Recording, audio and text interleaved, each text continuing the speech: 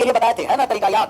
पहले वाले जो बनाए लिख दीजिए, फिर दूसरा वाले कॉरस्पॉन्डिंग एंगल के साथ कॉरस्पॉन्डिंग एंगल लिखेंगे, और सिमिलर का सैंपल दिखाई दे रहा है ना। यदि दो त्रिभुज समरूप है, दो त्रिभुज, तो इनके सभी संगत भुजाओं के अनुपात आपस में बराबर होगा। अच्छा, संगत भुजा का मतलब बराबर कोण के सामने वाले भुजा संगत भुजा होता है। यहाँ वही कंडीशन लिखा हुआ है कि दोनों ट्रायंगल सिमिलर है, तो जो साइड के रेशियो होगा वही ऊंचाई का रेशियो होगा, वही परिमाप का रेशियो होगा, माध्यिका का रेशियो, अंतःवृत्त की त्रिज्या, परिवृत्त की त्रिज्या का रेशियो सब आपस में। यदि दो त्रिभुज समरूप है तो समरूप त्रिभुज के क्षेत्रफल का अनुपात इनके सभी संगत लंबाई के स्क्वायर के अनुपात के बराबर होगा। तो क्षेत्रफल स्क्वायर के अनुपात के बराबर, जबकि इनका लंबाई है जो डायरेक्टली प्रोपोर्शनल टू होगा। इस पर कुछ चले थे। हाँ, पहला हम लोग कंडीशन चले थे कि समरूप कैसे होगा, तो त्रिभुज के अंदर त्रिभुज हो, एक कोण कॉमन हो और एक कोण दिया रहेगा, तो त्रिभुज 110% क्या हो जाएगा? सिमिलर। एक कॉमन कोण है, एक कोण दिया हुआ है, सिमिलर ट्रायंगल। दूसरा हम लोग चले हैं कि यदि समकोण त्रिभुज के अंदर समकोण त्रिभुज है तो दोनों त्रिभुज क्या हो जाएगा? सिमिलर, क्योंकि एक कोण कॉमन, एक कोण 90 डिग्री दिया है, तीसरा कोण स्वयं बराबर और तीन कोण बराबर, तो त्रिभुज क्या हो जाएगा? समरूप। अगला तीसरा पॉइंट आज हम लोग स्टार्ट करेंगे। इसका तीसरा पॉइंट क्या है? आगे तीसरा पॉइंट पर, तीसरा पॉइंट आ जाइए। दिया गया है कि ए बी समानांतर क्या है? सी और डी। ए बी पैरेलल है सी डी का, ए बी है जो सी डी का क्या है? पैरेलल। पैरेलल के मतलब समझ में आता है ना, समानांतर। और ए वाले शीर्ष को मिला दिया गया है किस पर? डी पर, और डी वाले शीर्ष को मिला दिया गया है सी पर। ये कहां काट दिया है? तो कहीं डमरू आकार आकृति बनेगा, डमरू आकृति दिखाई दे रहा है, बीच में पकड़िए आराम से बताते हैं। तो कहीं भी डमरू वाली आकृति मिलेगा, वो समझना है कि कैसा ट्रायंगल है? Similar triangle. समानांतर होना है कौन कौन? ए बी और सी डी समानांतर है, तो दोनों का दोनों ट्रायंगल सिमिलर हो जाएंगे। तो सिमिलर क्यों होंगे, बात को समझना। अगर ए वाले कोण हम थीटा मान लिए, तब ए वाले थीटा होगा कि नहीं होगा? क्यों होगा? वर्टिकली अपोजिट एंगल, आमने सामने के कोण आपस में बराबर होते हैं। अच्छा, कितने लोगों को समझ में आया कि अगर ए वाले हम अल्फा मान लिए तब ए वाले भी अल्फा हो गया? आ गया समझ में? क्योंकि दो रेखा समानांतर है और एक तिर्यक रेखा प्रतिच्छेदित किया है, तो एकांतर कोण आपस में क्या होता है? एकांतर कोण से अल्फा और अल्फा बराबर। किसी भी त्रिभुज के दो कोण बराबर कर दिए तो तीसरा कोण स्वयं बराबर हो जाएगा, और तीनों कोण बराबर हो जाएगा तो त्रिभुज क्या हो जाएगा? समरूप, सिमिलर ट्रायंगल हो जाएगा। इसे हम यहाँ बीटा मान लेते हैं। डी वाले क्या हो गया? बीटा। चाहे बीटा हो गया तो ये भी बीटा होगा कि नहीं होगा? क्यों होगा? एकांतर कोण से, अल्टरनेट एंगल से। और त्रिभुज के तीनों कोण दूसरे त्रिभुज के तीनों कोण के बराबर, थीटा अल्फा बीटा। यहाँ भी हो गया थीटा अल्फा और बीटा, दोनों ट्रायंगल सिमिलर हो गए। पहला कोई भी ट्रायंगल लिख देते हैं। पहले हम लिख दिए triangle A O B, similar triangle. अब ए है बीटा, बीटा कौन है? तब लिख देंगे ट्रायंगल डी। ओ है थीटा, तभी ओ हो गया डी ओ सी, दोनों ट्रायंगल सिमिलर हो गए। छाप लीजिए। पहला था ट्रायंगल के अंदर triangle similar triangle, right angle के अंदर ट्रायंगल राइट एंगल ट्रायंगल, तो भी सिमिलर होगा। डमरू वाली आकृति दिखाई देगा तो भी सिमिलर होगा।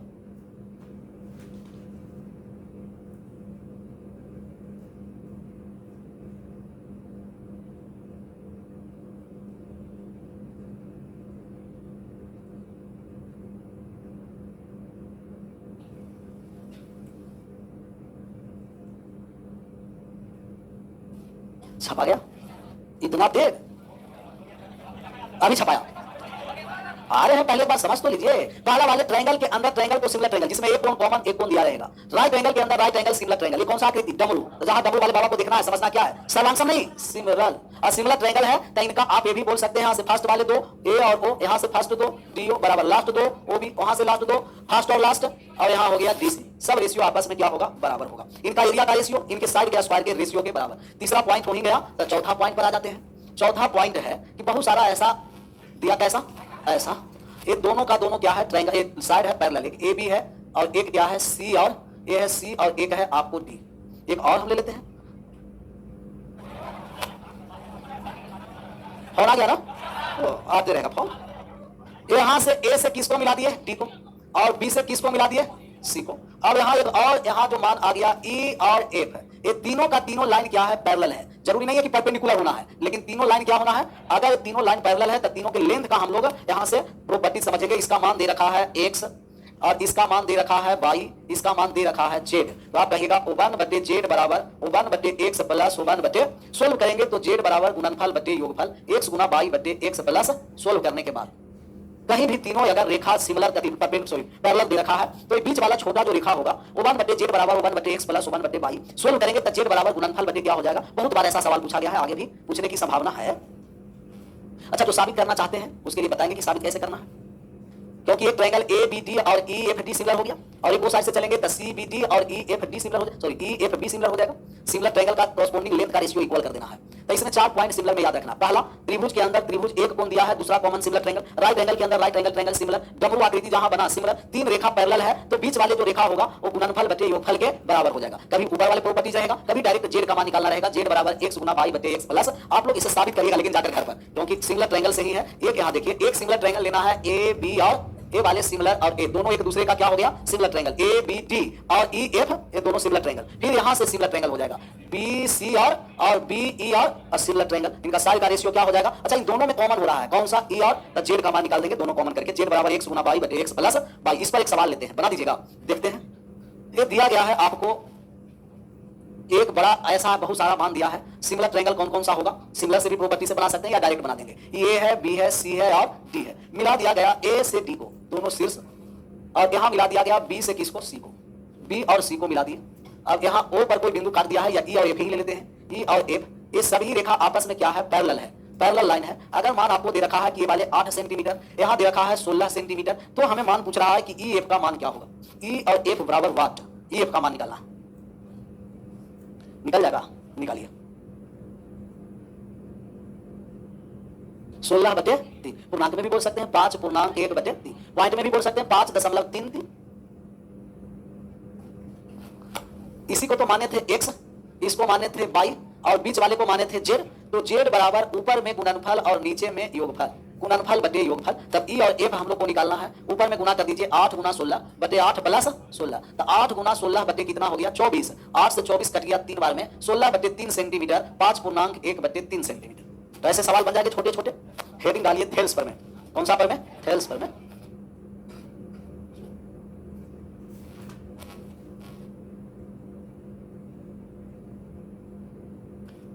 बढ़े आगे, इसमें सिमिलर से 4 हम लोग पॉइंट लिखे, लेकिन ये चारों पॉइंट किससे रिलेटेड है, डबल ए, ट्रिपल ए या तो ट्रिपल एस से। किसी भी त्रिभुज के कम से कम 2 कोण बराबर कर दिए, तीसरा कोण स्वयं बराबर होगा। पहला हम लोग चले थे कि किसी भी त्रिभुज के अंदर त्रिभुज है, एक कोण कॉमन, एक कोण दिया रहेगा तो सिमिलर ट्रायंगल होंगे। राइट एंगल के अंदर राइट एंगल ट्रायंगल होगा, सिमिलर होगा।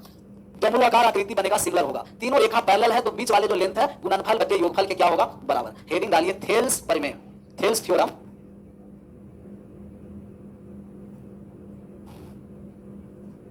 थेल्स का हिंदी थेल से होगा, व्यक्ति था, और थ्योरम का मतलब क्या हो गया, प्रमेय। थेल्स प्रमेय, थेल्स प्रमेय है किसी को याद नहीं, तो कौन सा प्रमेय आप लोग का याद है, कोई प्रमेय याद नहीं है। जो प्रमेय बताया गया है वो भी भूल गए होंगे। साइन रूल याद है, कोसाइन रूल याद है, ट्रायंगल के एंगल के प्रॉपर्टीज याद है, कितने प्रॉपर्टीज बताए थे, कौन कौन से, बस समाप्त हो गया ना। एंगल से रिलेटेड बताए थे, किसी भी त्रिभुज के बाह्य कोण आंतरिक 2 कोण के योग के बराबर, 2 भुजा बराबर तो दोनों कोण बराबर, एक इंटरनल, दोनों internal angle by sector 90 plus A by 2, external angle by sector 90 minus A by 2, और एक इंटरनल एक एक्सटर्नल शीर्ष के आधा परपेंडिकुलर, और क्या एंगल बाई सेक्टर, कोण बी माइनस कोण सी बाई, सब गायब है, सब पढ़ाने से कोई फायदा नहीं है। बहुत सारे लोग को तो लगा होगा कि यहाँ सब तो बहुत नया नया कॉन्सेप्ट बता रहे हैं, जब ये कोई नया कॉन्सेप्ट तो बहुत पुराना हो चुका है, क्योंकि छुट्टी के पहले पढ़ाए थे तो पुराना रहेगा ही। अगर ये थेल्स थ्योरम्स है तो थेल्स थ्योरम्स कहां से आया, यही सिमिलर ट्रायंगल से। थेल्स बाबा कहते हैं, कौन बाबा, थेल्स बाबा, कि थेल्स बाबा कहे थे लेकिन समझा रहे हैं अभी कौन। तो ट्रायंगल एबीसीडी में कोई भी त्रिभुज, थेल्स थ्योरम्स कह रहा है कि कोई भी त्रिभुज एबीसी में तीसरे भुजा के समांतर त्रिभुज के अंदर, बाहर नहीं, त्रिभुज के अंदर यदि कोई रेखा खींच दी जाती है तो निर्मित त्रिभुज पूरे त्रिभुज के समरूप होते हैं। फिर से एक बार बात को समझना, किसी भी त्रिभुज में तीसरे भुजा के समांतर त्रिभुज के अंदर कोई भी रेखा खींची जाती है तो निर्मित त्रिभुज एडीई पूरे त्रिभुज के क्या होते हैं, समरूप। इस समरूप कहां से हुआ, बात को समझना। अगर ये वाले तो कॉमन कौन दिखाई दे रहा है, ये दोनों का दोनों रेखा क्या है, समानांतर है। अगर ये वाले अल्फा तो ये अल्फा होगा कि नहीं होगा, कौन से कोण, संगत कोण, कॉरस्पॉन्डिंग एंगल। एक ही होकर कोण को कौन सा कोण कहते हैं, संगत कोण। अब ए वाले बीटा था संगत कोण से ये भी बीटा हो गया। अब छोटे वाले तीनों ट्रायंगल के एंगल और ट्रायंगल का तीनों एंगल, बड़े वाले ट्रायंगल के तीनों एंगल बराबर हो गया तो त्रिभुज क्या हो गया, सिमिलर। यही तो थेल्स बाबा बोल रहे हैं कि कोई भी त्रिभुज में तीसरे भुजा के समानांतर त्रिभुज के अंदर जब रेखा खींची जाती है तो निर्मित त्रिभुज पूरे त्रिभुज के क्या होते हैं, समरूप। सबसे पहला पॉइंट हम कहेंगे ट्रायंगल एडीई समरूप होंगे ट्रायंगल एबीसी के। अब अगर ये दोनों ट्रायंगल समरूप हो गए, छापिए तो, कौन डिस्टर्ब कर रहा है यहां, देख ले, पहले देखने तो दीजिए।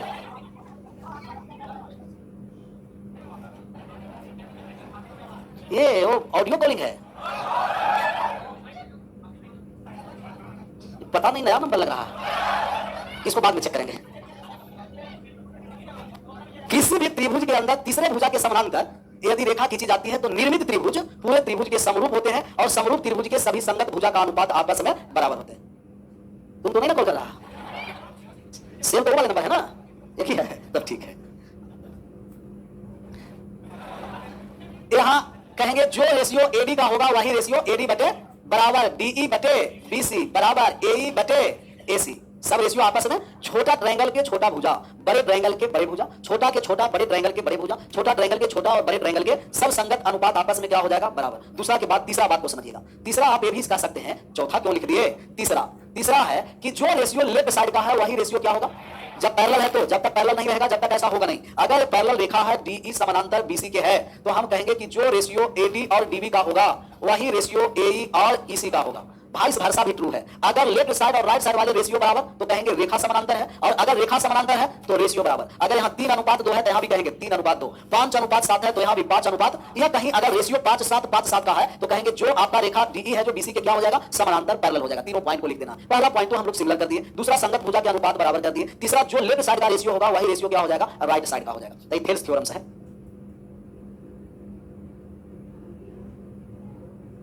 एक इस पर एग्जांपल ले लिया जाए, देखते हैं आप लोग आंसर कर पाते हैं कि नहीं। Triangle A B C, triangle A B C में ए है, बी है और सी है, और यहाँ क्या लिखा है कि डीई है जो बीसी के क्या है, समानांतर है। यहाँ लिख दिया है कि डीई पैरेलल टू क्या है, बीसी, और आपको कह दिया है कि 3AD बराबर का 5AB। तब आपका रेशियो निकालना है एरिया ऑफ ट्रायंगल ADE अनुपात में area of quadrilateral DECB। Area of triangle ADE और एरिया ऑफ क्वाड्रिलेटरल DECB का रेशियो, ऊपर वाले छोटा ट्रायंगल का और पूरा चतुर्भुज के अनुपात का मान निकालना है। खाई नहीं दे रहा है, थोड़ा सा जूम कर देते हैं। अब दिखाई दे ब्राइटनेस, ये मोबाइल नहीं समझना इसे ब्राइटनेस बनाने के लिए, यहां से ब्राइटनेस नहीं बढ़ेगा ये क्योंकि ब्लैक है, ब्लैक ही रहेगा।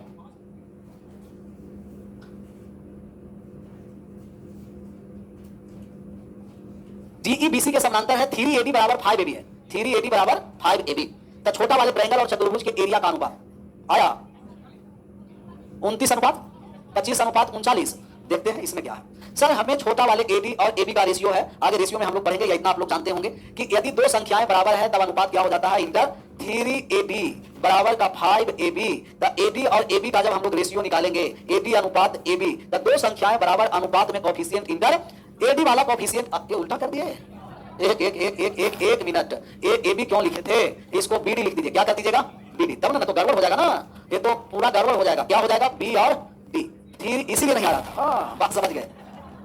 AD और BD का अनुपात निकालेंगे तो रेशियो इंटरचेंज हो गया, 5 कितना हो गया, 3। तो आप कहिएगा कि AD का मान 5 है सर, और DB का मान, तब पूरा बड़ा वाले ट्रायंगल का साइड का रेशियो 8 होगा, छोटा वाले सभी साइड 5-5 में, और बड़े वाले सभी साइड 8-8 में। 5 और 3 कहीं भी, यहाँ भी हो जाएगा 5, यहाँ भी हो जाएगा 5। अगर 5 और 3 है तो यहाँ भी 5, 3, टोटल कितना हो जाएगा 8, नीचे भी कितना हो जाएगा। तो छोटा वाले सभी ट्रायंगल के साइड का रेशियो 5-5, और बड़े वाले सभी ट्रायंगल के साइड का रेशियो कितना हो जाएगा, 8-8। छोटा वाले सब 5 में, बड़ा वाले सब किस में हो जाएगा, 8 में।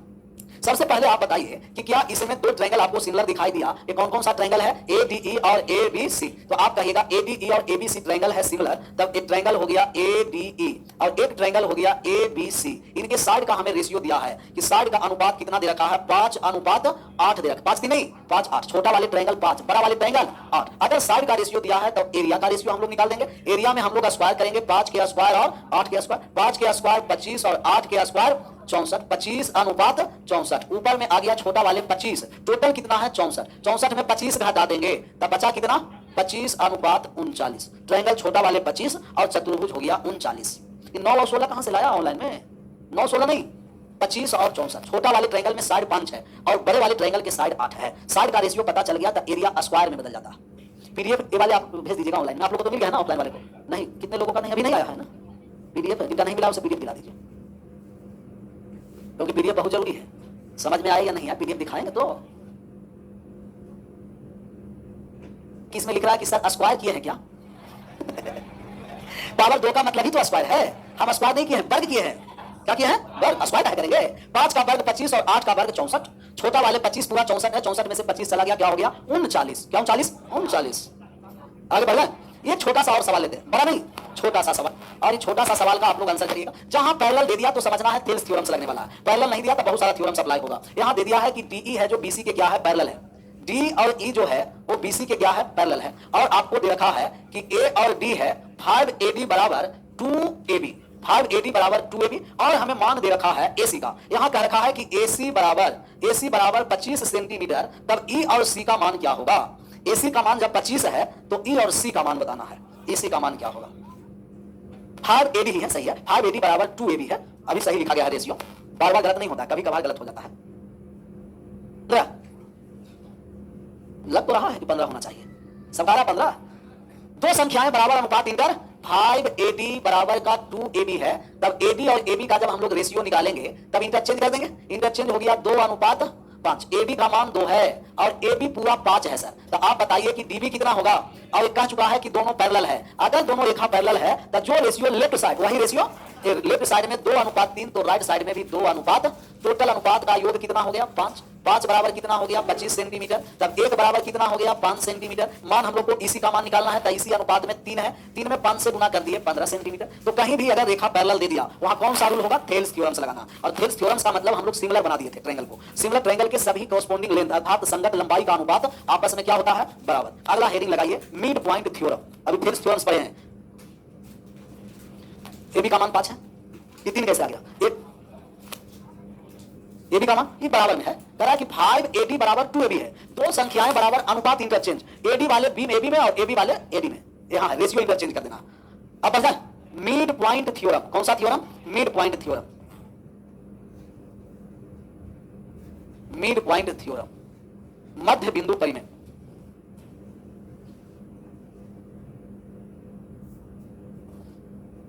इसका हिंदी होगा मध्य बिंदु परिमेय, मध्य बिंदु परिमेय। अभी हम लोग थेल्स थ्योरम्स पढ़ रहे थे, अब हम लोग कौन सा थ्योरम्स पर आ गए, मिड पॉइंट थ्योरम्स। मध्य बिंदु परिमेय क्या है इसके बारे में समझेंगे। अगर कोई ट्रायंगल ABC है, ट्रायंगल AB और C, और ABC ट्रायंगल है, इनके दो भुजा के मध्य बिंदु, एक AB और AC के मध्य बिंदु D और E है, मध्य बिंदु है, कैसा बिंदु मध्य। अच्छा अभी हम लोग ऐसा कोई कंडीशन नहीं थेल्स थ्योरम्स में लिए थे, कहीं ऐसा बताया कि मध्य बिंदु होना है, नहीं, सिर्फ और सिर्फ क्या होना है पैरेलल, लेकिन यहां कहा कि कैसा बिंदु है मध्य बिंदु, इसीलिए इसे मिड पॉइंट थ्योरम्स हुआ। तो थेल्स थ्योरम्स सिर्फ बताया पैरेलल के लिए, फिर आगे एक थ्योरम्स आया, वो कौन सा थ्योरम्स आ गया, मिड पॉइंट थ्योरम्स। तो मिड पॉइंट थ्योरम्स का मतलब मध्य बिंदु है, एक साइड हिंदी लिख दी है तो दूसरे साइड क्या लिख देते हैं इंग्लिश में, CBSE वाले भी खुश हो जाएंगे सर। मिड पॉइंट थ्योरम्स मतलब कि साइड को बराबर बराबर भाग में बांटना, बराबर बराबर भाग में बांटने का मतलब 1:, यहां भी साइड को बराबर बराबर भाग में बांटना 1:1। अच्छा बताइए तो जो रेशियो लेफ्ट साइड है क्या वही रेशियो राइट साइड है क्या, लेफ्ट साइड भी 1:1 में, तो राइट साइड भी क्या हो गया। तो सबसे पहला पॉइंट हम लोग मिड पॉइंट से लिखेंगे कि जो अगर रेशियो लेफ्ट साइड और राइट साइड का है तो हम कहेंगे DE है जो BC के क्या होगा समानांतर, क्योंकि अभी कहते हैं कि भाई भाषा भी ट्रू है, रेशियो बराबर तो रेखा पैरेलल, और अगर रेखा पैरेलल है तो रेशियो क्या हो जाएगा बराबर। तो पहला हो गया DE है जो BC के क्या हो गया, अगर DE BC के समानांतर हो गया तो ट्रायंगल सिमिलर हो जाएंगे। मिड पॉइंट थ्योरम्स में भी दोनों ट्रायंगल सिमिलर हो गए सर, ट्रायंगल ADE और सिमिलर ट्रायंगल हो गए ABC। अगर ये हो गया पैरेलल या मिड पॉइंट थ्योरम्स है तो तीसरा हम लोग कहेंगे कि जो DE की लंबाई है वो तीसरे भुजा BC के क्या होगा आधा होगा, DE की लंबाई BC के आधा, क्योंकि 1 है तो पूरा क्या हो गया 2, सब छोटा वाला कितना हो जाएगा 1, बड़ा वाला 2 और 2, तो ये भी क्या हो गया, अगर ये 2 है तो आधा हो गया 1, तो DE की लंबाई BC के क्या हुआ आधा, छाप लीजिए, यही मिड पॉइंट थ्योरम्स है। किसी भी त्रिभुज के किसी भी दो भुजा के मध्य बिंदु को मिलाने वाली रेखा तीसरे भुजा के समानांतर होती है, रेखा की लंबाई तीसरे भुजा के आधी होती है। 25 कहां से आया था सर, 25 5 के आसपास, 25 इसमें ये वाले 25 पूछ रहा है कि 25 कहां से आया, दिया हुआ है, गिवन है कि AC बराबर 25 सेंटीमीटर, 25 में गायब हो जाता है इन लोगों को। तो सिमिलर ट्रायंगल से हम लोग सिमिलर ट्रायंगल साथ में पढ़ लिए, सिमिलर ट्रायंगल पढ़ने के बाद क्या हो गया थेल्स थ्योरम, इसके बाद क्या हुआ मिड पॉइंट थ्योरम्स। और ऐसा ही कड़ी में कड़ी जोड़कर पढ़ना ही चाहिए, ऐसा ना कि थेल्स थ्योरम कहीं और पढ़ लिए और सिमिलर ट्रायंगल कहीं और, तब थोड़ा सा गड़बड़ हो जाएगा। इसे एक साथ हम लोग तीनों क्लियर किए हैं। आगे बढ़ जाए, छपा गया नहीं, एक बार इसे लैंग्वेज में बोले, आप लोग बोल सकते हैं क्या फिगर से लैंग्वेज में, मिड पॉइंट थ्योरम हम बोले, हमेशा हम ही बोलते रहेंगे नहीं ना।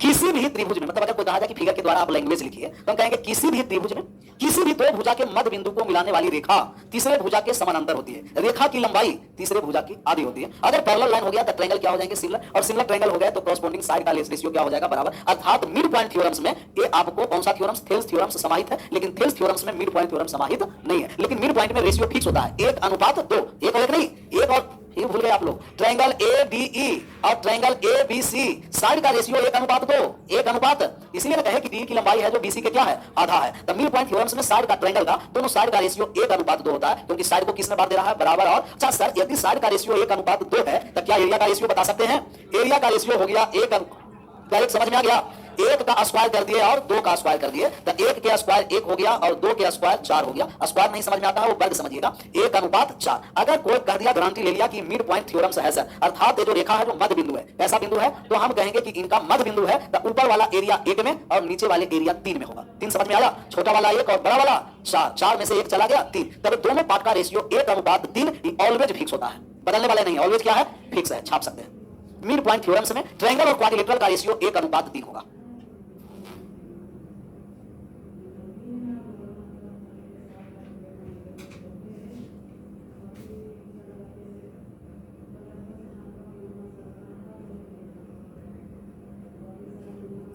छापा गया नहीं, ये रेशियो भी छापना है। तीन कहां से आया, टोटल ट्रायंगल चार है, तीन लिख ही देते हैं कैसे आया। जो तीन आया, चार माइनस एक, पूरा चार था, एक घट गया तो कितना हो गया, तीन। तो मिड पॉइंट थ्योरम्स में दोनों पार्ट के एरिया का रेशियो एक अनुपात तीन, साइड का रेशियो एक दो, दोनों ट्रायंगल के एरिया का रेशियो एक अनुपात चार। दो पार्ट में बताऊं, पार्ट के ट्रायंगल और क्वाड्रिलेटरल के एरिया का रेशियो एक अनुपात तीन। हमने थ्योरम सिमिलर ट्रायंगल क्लियर कर दिए। सिमिलर ट्रायंगल के बाद थेल्स थ्योरम्स, थेल्स थ्योरम्स में मध्य बिंदु होना कोई आवश्यक नहीं है, लेकिन मिड पॉइंट थ्योरम्स में कैसा बिंदु होना है, मध्य बिंदु। और मध्य बिंदु होगा तो तीसरा भुजा की लंबाई, जो डी की लंबाई तीसरे भुजा के आधी होगी, और एरिया का रेशियो एक अनुपात तीन। एक हम लोग और थ्योरम्स बचा हुआ है, वो किसका, सर्वांशम का, क्योंकि सिमिलर से हम लोग क्लियर कर चुके हैं। तो सिमिलर से पहले क्वेश्चन कल चलेंगे, इसके बाद सर्वांशम विशेष कल आज है।